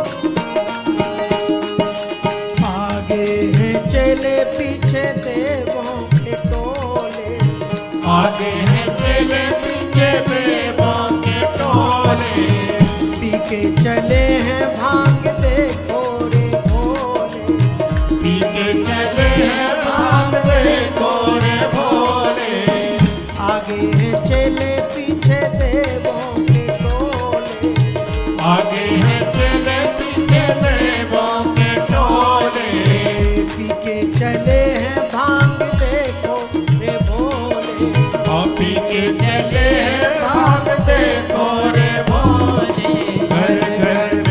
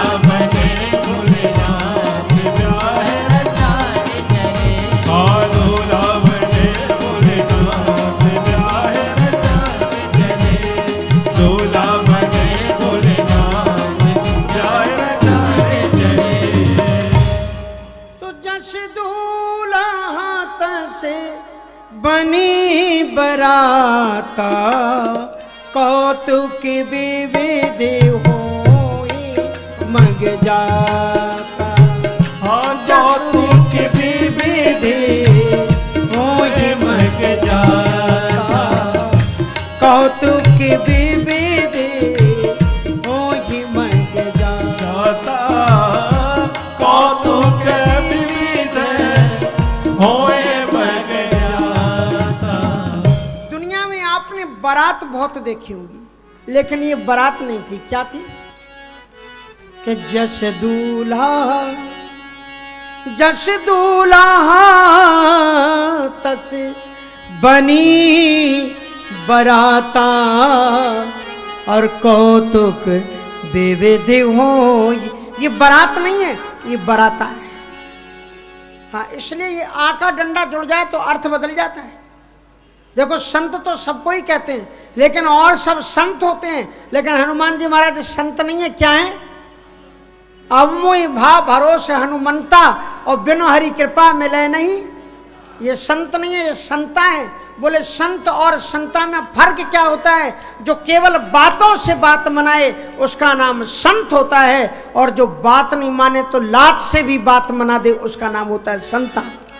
ये हनुमान जी महाराज बोले बात से मानो तो मानो, नहीं तो मुठका एक महाकप्यानी और रुद्र नीडनमणि, पुण्य संभार उठी सो लंका, जोर पान कर विनय सत्संग, और हो गया सत्संग। तात स्वर्ग अपवर्ग सो। बोलो कौन सा सत्संग था ये? आप महात्मा के पास जाओ, ना राम कथा ना भागवत कथा, एक थप्पड़ जड़ दे, बत्ती सी बाहर आ जाए और आपको आनंद आ गया। बड़ा सत्संग हो गया। ऐसा सत्संग कराए उसका नाम संता है। इसलिए विभीषण जी ने कहा कि महाराज आप संत नहीं हो। बोले तब? बोले हमें पता लग गया आप संता हो। ऐसी दुनिया में बारात तो बहुत देखी, लेकिन ये बारात नहीं है। जस दूल्हा तस बनी बारात।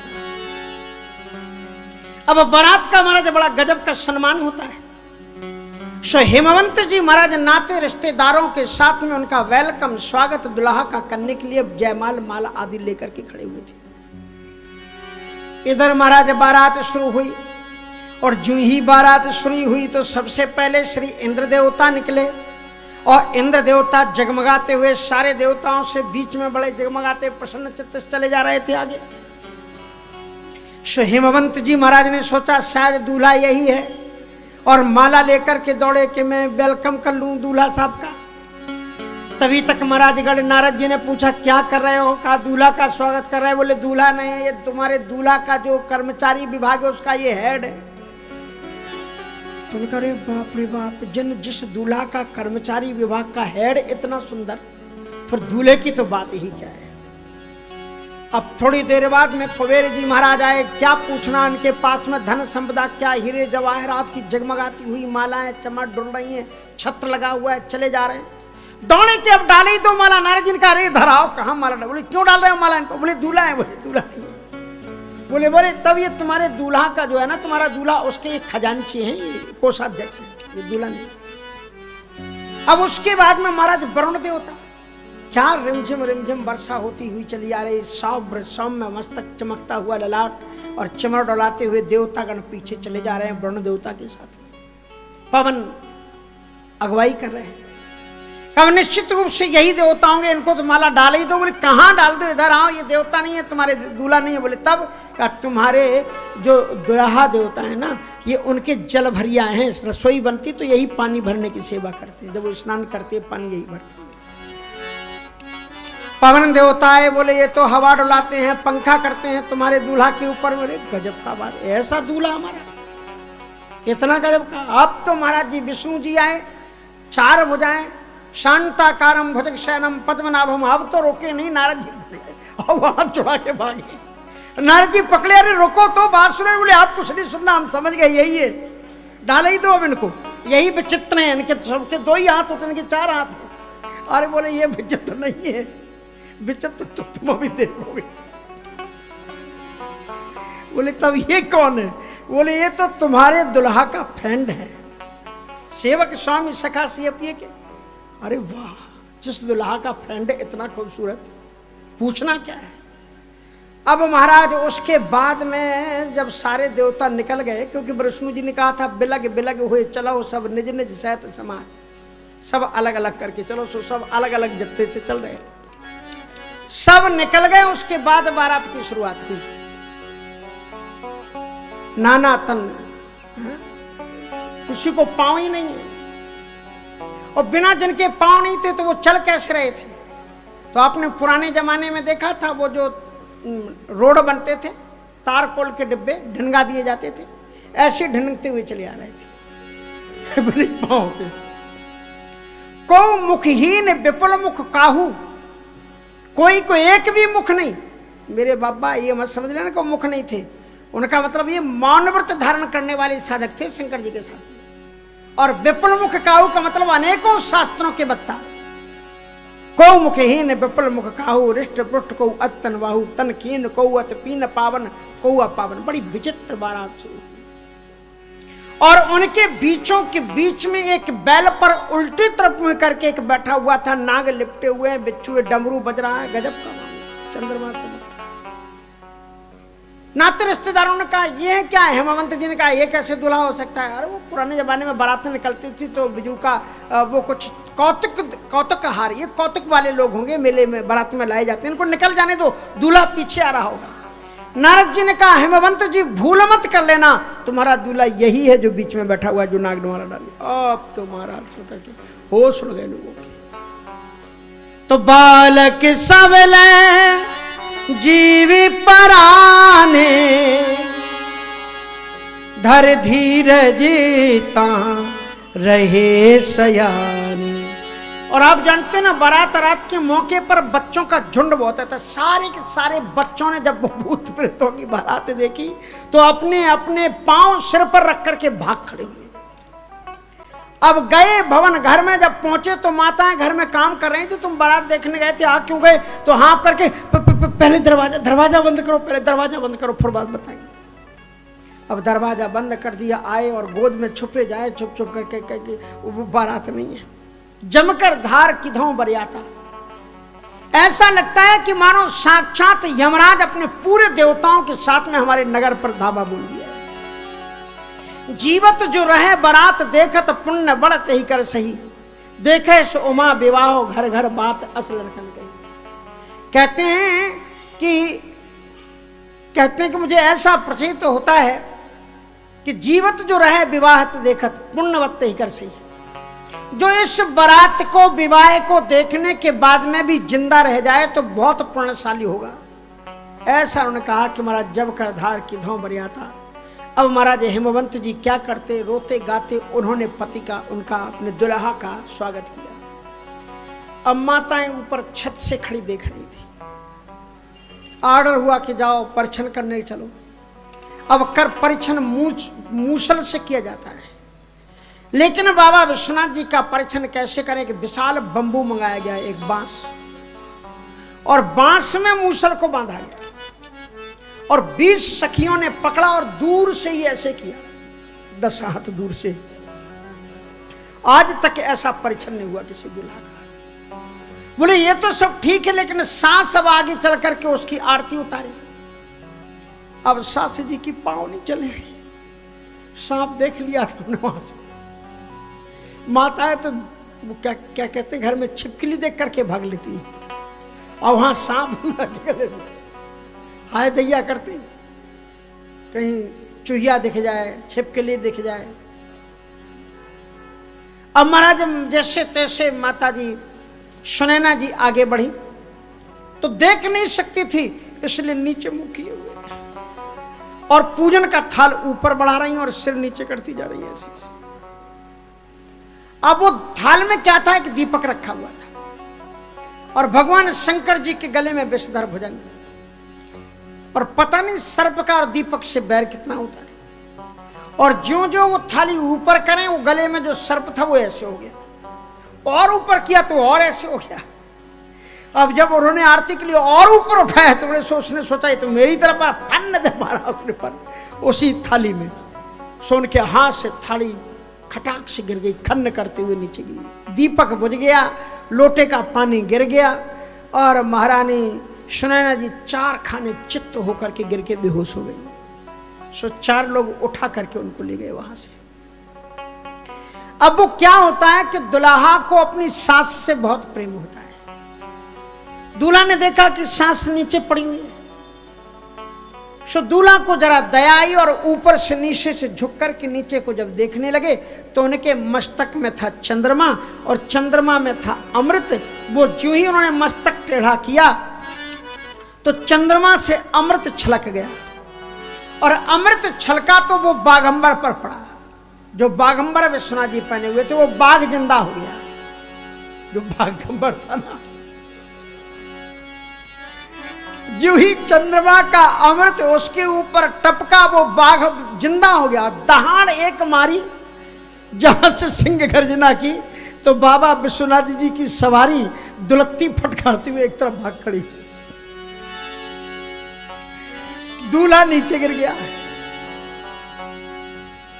अब दूल्हा ने ये सोचा कहीं अगर मेरी कार चली गई तो हम जाएंगे कैसे दूल्हा बन करके। सो उसकी पूंछ पकड़ ली कि कहीं मेरी गाड़ी न चली जाए। और वो शेर उधर खड़ा हुआ दहाड़ रहा था। उन्होंने कहीं ये छूटा और नगर में चला गया तो 2-4 को फाड़ ना दे। तो एक हाथ से उसकी पूंछ पकड़ ली, एक हाथ से बैल की पूंछ पकड़े हैं और एक हाथ से शेर की पूंछ पकड़े हैं। और कपड़ा कोई है नहीं क्योंकि कपड़ा ही तो शेर बन गया। कपड़ा जो था वो तो शेर बन गया। एक हाथ से पकड़े हुए शेर की पूंछ और एक हाथ से पकड़े हुए बैल की पूंछ। तो गजब का नजारा आया पूरी हेमवंत नगरी पर कि शीश पर गंगा हंसे। बाबा विश्वनाथ के दृश्य को देखकर के सिर पर गंगा जी खिलखिल करके हंस रही थी कि शीश पर गंगा हंसे और भुजने भुजंगा हंसे और हंसी को ही दंगा भयो नंगा के विवाह में। हंसी को ही दंगा भयो नंगा के विवाह में। जोई मिले सोई हंसे। जो एक दूसरे को मिलते हंसते बोले भैया बहुत शादियां देखी लेकिन ऐसी शादी नहीं देखी। जोई मिले सोई हंसे और मगन महेश हंसे और ऐसो नो छंग भयो शिव के विभाग में। चारों तरफ अनंत और उल्लास। अब बाबा विश्वनाथ जी महाराज वहां से चले, सास को उठा करके ले गए लोग। बाबा विश्वनाथ जी आ गए जनवासे में। जनवासा जानते हो पुराने जमाने में होता था, अब तो खत्म। जहां बारात चल थकी मांदी 2-3 दिन की यात्रा होती थी, आती थी, फिर रुकते थे, फिर कपड़े अपने बदलते थे, स्नान वगैरह, हाँ सब। तो बाबा विश्वनाथ जी जनवासे में चले गए। जनवासे में सारे लोगों ने स्नान वगैरह किया, तैयार यार हुए। दूल्हा जी आकर के बैठ गए। बाद में विष्णु जी महाराज आए। और विष्णु जी महाराज विनोदी बहुत हैं, हंसते हैं। सो शंकर जी के पास आए। शंकर जी ने कहा कि हो गया स्नान? बोले हम फ्रेश हो गए। कहा आओ बैठो। कहा वो तो मैं बैठ ही जाऊंगा आपके पास। एक बात बताऊं, बड़े गंभीरता से बोले विष्णु जी। बोले हाँ बताओ। कहा हमने विवाह बहुत देखे। बोले देखे ही होंगे, उसमें कौन सी बड़ी बात, आप देवता देखे होंगे। कहा हमने विवाह बहुत देखे और कई बार ऐसा भी देखा कि विवाह में कभी कभी दूल्हे का अपमान हो जाता है, ऐसा भी मैंने देखा। लेकिन विश्वनाथ जी आपको बिल्कुल सत्य बात बता रहे हैं। जैसा मैंने आज दूल्हा का अपमान देखा अपनी जिंदगी में, मैंने ऐसा दूल्हा का अपमान नहीं देखा। अगर थोड़ा भी पानीदार दूल्हा होता तो अब तक जनवासे में नहीं बैठा होता, वो वहीं से लौट जाता। बोले किसका? बोले दूल्हा का। बोले दूल्हा तो मैं ही हूं। तो बोले आप ही का तो अपमान हुआ। बोले कब? इसको कहते हैं भोलेनाथ। बोले कब हुआ? अरे आपको ये नहीं मालूम कि अपमान कब हुआ?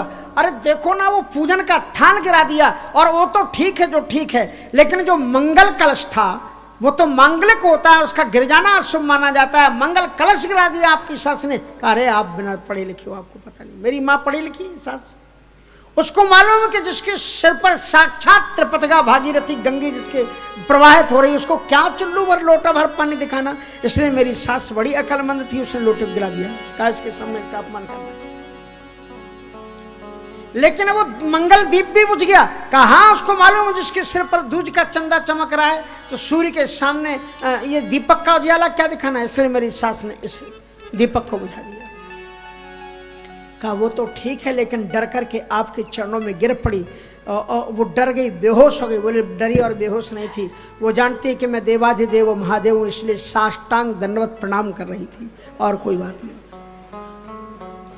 अभी महाराज विश्वनाथ जी की बात चल ही रही थी, तब तक नारद जी आ गए। और नारद जी जब आए तो नारद जी ने कहा कि महाराज एक इंपॉर्टेंट मैसेज लेकर के आया हूँ। बोले क्या? कहा कि जितने जल्दी हो सके आप बारात लेकर के पीछे के दरवाजे से निकल जाओ। शंकर जी ने कहा वो क्यों? कहा कि अभी हम हाल आपकी ससुराल से आ रहे हैं, और ससुराल में आपकी सास ने अपनी बेटी को गोद में ले रखा है। उसने सीधे घोषणा कर दी है कि चाहे मैं अग्नि में बेटी के समेत जल करके मर जाऊं, चाहे मैं समुद्र में कूद जाऊं, लेकिन मेरे जीते जी इस पागल भर के हाथ में अपनी लड़की का हाथ देखने वाली नहीं हूं। शंकर जी ने कहा कि ये जो मैसेज आप लेकर के आए कब का है? बोले बस में गया और आया। बोले कितनी देर हुई? बोले बस आधा घंटा। तो बोले ये तो आपकी आधा घंटा पुरानी न्यूज है, न्यूज तो बदलती रहती है, आप दोबारा जाओ, अब तेज जाना। और जब दोबारा गए तो नारद जी फिर लौट करके आए। बोले अब क्या न्यूज है? बोले अब तो सही है सर।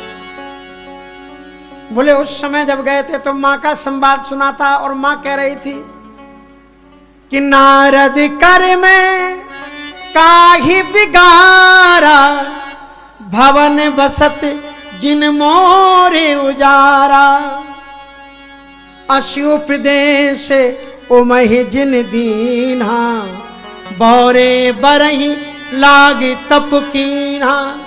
भले ही मैं मर जाऊं उसके साथ, लेकिन बोले अब जब मैं गया तो बदल गया, अब लड़की बोल रही थी। और क्या कह रही थी पार्वती जी माता? ये अपनी गांठ में बांध लेना, अपनी बेटियों को भी ये सिखाना जो पार्वती जी ने लिख बोला है कि मात व्यर्थ जनी ले कलंका, मात व्यर्थ जनी ले कलंका, तुम सन मिटाएगी विधि के अंग, तुम सन मिटाएगी विधि के अंग, मात व्यर्थ जनी ले कलंका, मात व्यर्थ जनी ले कलंका, तुम सन मिटेगी विधि के अंग, तुम सन मिटाएगी विधि के अंग, तुम सन मिटेगी विधि के अंग, तुम सन मिटाएगी विधि के अंग। कर्म लिखा जो बाबर नाम, करम लिखा जो बाबुर नाम, तो कस दोष लगाइए तो कस दोष लगाइए काहू। यदि हमारे भाग्य में बावरा ही वर लिखा होगा तो माँ आप कुछ नहीं कर सकती हो कि तुम सन मिटही की विधि के अंका, दुख सुख जो लिखा लिलार हमरे, जाव जहां पाओ तही। जो हमारे जीवन में सुख और दुख लिखा हुआ है, आप दुनिया के किसी भी कोने में चले जाओ, वहीं पर सुख दुख आपको उठाना पड़ेगा। बहुत से लोग भारत को छोड़ करके अमेरिका जाते हैं, सोचते हैं वहां पर हम सुखी हो जाएंगे, लेकिन गोस्वामी तुलसीदास जी ने लिखा है कि करम कमंडल कर गहे तुलसी जहां लग जाओ, ओ तो ही नीर समाइए बूंद न अधिक समाओ। अपने कर्म रूपी कमंडल को पकड़ करके दुनिया के किसी भी कोने में तुम चले जाओ, जितने तुम्हारे कमंडल में जगह है पानी उतना ही उसमें समाएगा। आप सोचो कि नल के पास पानी कम है, कुएं से ज्यादा आ जाएगा, तो क्या कुआं आपके कमंडल से ज्यादा पानी आपको दे देगा? क्या तालाब ज्यादा दे देगा? क्या नदी ज्यादा दे? समुद्र के पास जाओगे तो क्या कमंडल में ज्यादा? जितनी कमंडल में जगह है पानी उतना ही आएगा। दुख सुख जो लिखा लिलारा हमरे, जाओ जहां पाओ तही। करम कमंडल कर गहे तुलसी जहां लग जाओ, ओ तो ही नीर समाइए बूंद न अधिक समाओ। इसलिए जीवन में बड़ी सिद्धांतमयी बात सुनाई गई है। और उसके बाद में शंकर जी का बारात हुई है और आई है बहुत सुंदर। और विवाह मंडप में जब गए तो भगवान शंकर जी ने सोचा ये बड़ा अच्छा हुआ, सास मेरी शादी करने के लिए तैयार नहीं है और मैं भी शादी के चक्कर में पड़ना नहीं चाहता। लोग कहते हैं ना कि चक्कर में पड़ गए, महाराज अब क्या करें, हम तो फंस गए, ऐसे कहते हैं लोग। आपने सुना है कि नहीं? हम बता देना आपको, ऐसे ही लोग कहते हैं अरे महाराज अब तो फंस गए। कौन गया था फंसाने के लिए? तुलसीदास जी कहते हैं कि तुलसी गाय बजाए के देत भंवर में गांठ। बैंड बजा बजा के गए थे भंवर में फंसने के लिए। और जब वहां से विदाई होती है तो दुल्हन इतनी चीख चीख करके रोती है कन्या कि पूरा मोहल्ला सुनता है। और दूल्हा साहब, उधर कन्या रो रही है, दूल्हा साहब बाहर खड़े होकर के खूब ठहाके मार करके हंसते हैं दोस्तों के साथ। तो किसी ने पूछ दिया कि दूल्हा साहब इतने ठहाके मार करके हंस क्यों रहे हैं? कहा ये हंसी को विदाई दे रहे हैं कि आज के बाद में हंसी की विदा। बोले ये कन्या इतनी रो क्यों रही है? ये रुलाई की विदा दे रही। बोले आज से हमारा रोना गाना बंद। तुलसी गाय बजाएगी। भगवान शंकर जी ने सोचा कि सास तो वैसे ही तैयार नहीं है और अब तो मैं मंडप में पहुंचूंगा, मैं समझ गया मेरी सास कमजोर है, इतना और भयानक रूप धारण करूंगा कि सास तैयार ही ना हो और मैं बच जाऊं। राम जी से कह दूंगा कि मैं तो दूल्हा बन करके चला गया था लेकिन सास ने शादी नहीं की, तो मैं क्या करूं, आज्ञा भी नहीं टलेगी। अब महाराज विवाह मंडप में जब पहुंचे तो और भी भयानक रूप भगवान शंकर जी रख रहे थे और भयानक रूप शंकर जी धारण और भयानक रूप बना रहे थे वो अंदर अंदर से। और सासू जी ने जब देखा भयानक रूप तो वो जो थोड़ी डर करके दूर बैठी हुई थी और पास में आ गई। शंकर जी ने जरा और मन ही मन और भयानक रूप बनाया और पास में आ गई, हाथ छूने लगी, प्यार से बोलने लगी। शंकर जी ने कहा ये हो क्या रहा है? मैं तो भयानक हो रहा हूं और सासू जी में बड़ी ममता और वात्सल्य पैदा हो रहा है, कुछ मामला गड़बड़ है। तो शंकर जी महाराज ने विवाह मंडप में चारों तरफ नजर घुमाई तो एक कोने में कोई दिख गया ऊपर आकाश में मुस्कुराता हुआ। वो कौन था? वो हमारे राम जी थे। राम जी ने कहा अब कुछ नाटक नहीं चलेगा, ये सब तुम्हारा नाटक चलेगा नहीं। नील निचोल छाल भई सुंदर फणी मणि भूषण और रोम रोम पर उदित कोटि में पूषण। इतने सुंदर भगवान शंकर जी बन गए कि नील निचोल छाल भई सुंदर फणी मणि भूषण। वो जो छाल थी ना नीलम रत्न जड़ पीतांबरी जैसी सुशोभित होने लगी। फणी मणि सुंदर, जो फणी सर्प थे वो मणियों से जटित आभूषणों के रूप में दैदीप्यमान चमकने दमकने लगे। और जो भभूति लगा रखी थी उन्होंने रोम रोम में उदित कोटि में पूषण, उनकी रोम रोम में करोड़ों करोड़ों सूर्यों की रश्मियों की तरह श्याम और शीतल प्रकाश प्रकाशित होने लगा। अत्यंत दिव्यतम भगवान शंकर जी का। गौरा सेव देते भवैया गौरा सेव देते भवैया गौरा सेव देते भवैया गौरा सेव देते भवैया संग सोह दुल्हनी नागरिया। हाँ संग सोहे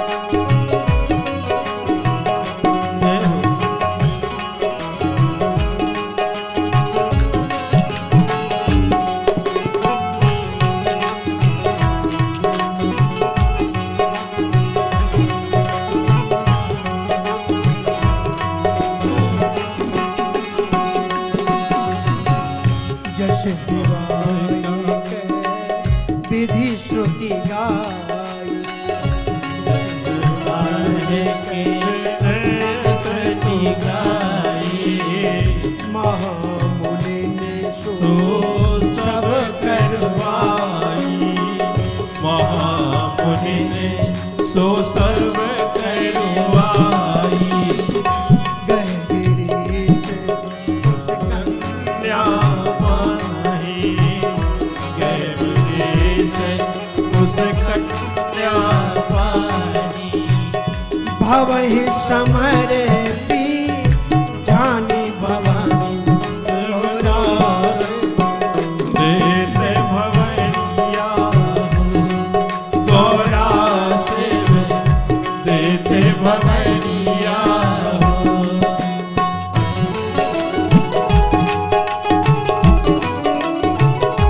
हरि बोल।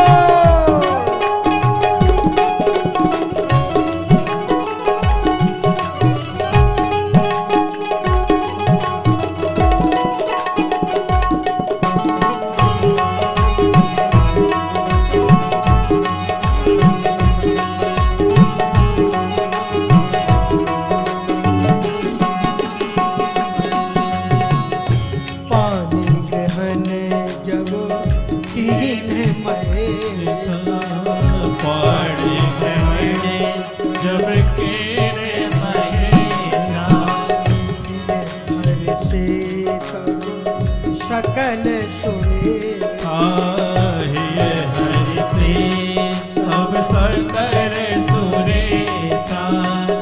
वेद मंत्र मुनिवर उच्चरहि वेद मंत्र मुनिवर उच्चरहि।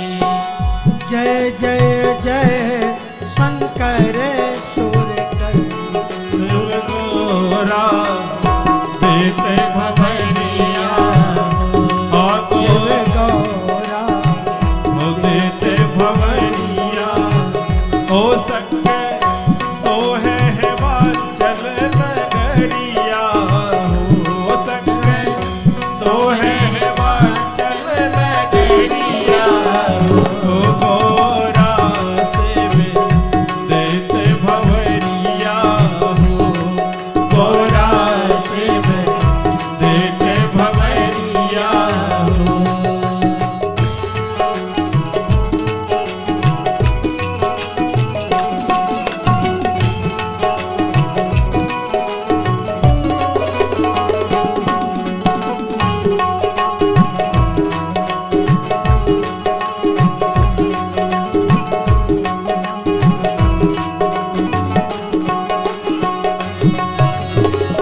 बाजई बाजे विविध विधान, बाजे बाजे विविध विधान, सुमन प्रीति भाई दीदी नाम, भई विधि गाना। हरे गिरिजा। बहुत सुंदर विवाह हुआ। पंगत का भी बहुत सुंदर वर्णन है, क्योंकि जो पंगत परोसने वाले जब चले तो बेचारे पत्तल लेकर के चले। अब जिसको मुख ही नहीं है तो सोचते हैं कि इनको पत्तल रखे कि ना रखे, क्योंकि इनको मुख ही नहीं है। किसी को मुख तो है लेकिन हाथ ही नहीं है। तो हेमंत जी ने कहा इनके पास में एक एक आदमी बैठा हो, अब ये खाएंगे कैसे? किसी को देखें कि किसी को आंखें ही नहीं तो ये देखेंगे कैसे? और किसी को आंखों के अंगूर की तरह गुच्छे के गुच्छे लटके बिजली की तरह ऐसे ऐसे ऐसे ऐसे कर रहे हैं, समझ में नहीं आ रहा है। वो तो शिव गिरिजा कर भयहु विवाहु, और सकल भुवन भरे रहा उछाल। अब महाराज विवाह का वर्णन करेंगे तो बहुत बड़ी बातें हैं। उसके बाद में महाराज विदाई हुई, और विदाई पर हर एक पिता रोता है। माने रोते समय एक ऐसी चौपाई यहाँ पर कही है कि हर एक बेटी को विदा करते समय माँ याद करती है उस चौपाई कि कत विधि सजी नारी जगमाही, और पराधीन सपने सुख नाही। ये पार्वती जी की माँ के शब्द हैं। मैना जी विदाई हुई है। भगवान शंकर जी कैलाश आए हैं, करें विविधि विधि भोग विलासा।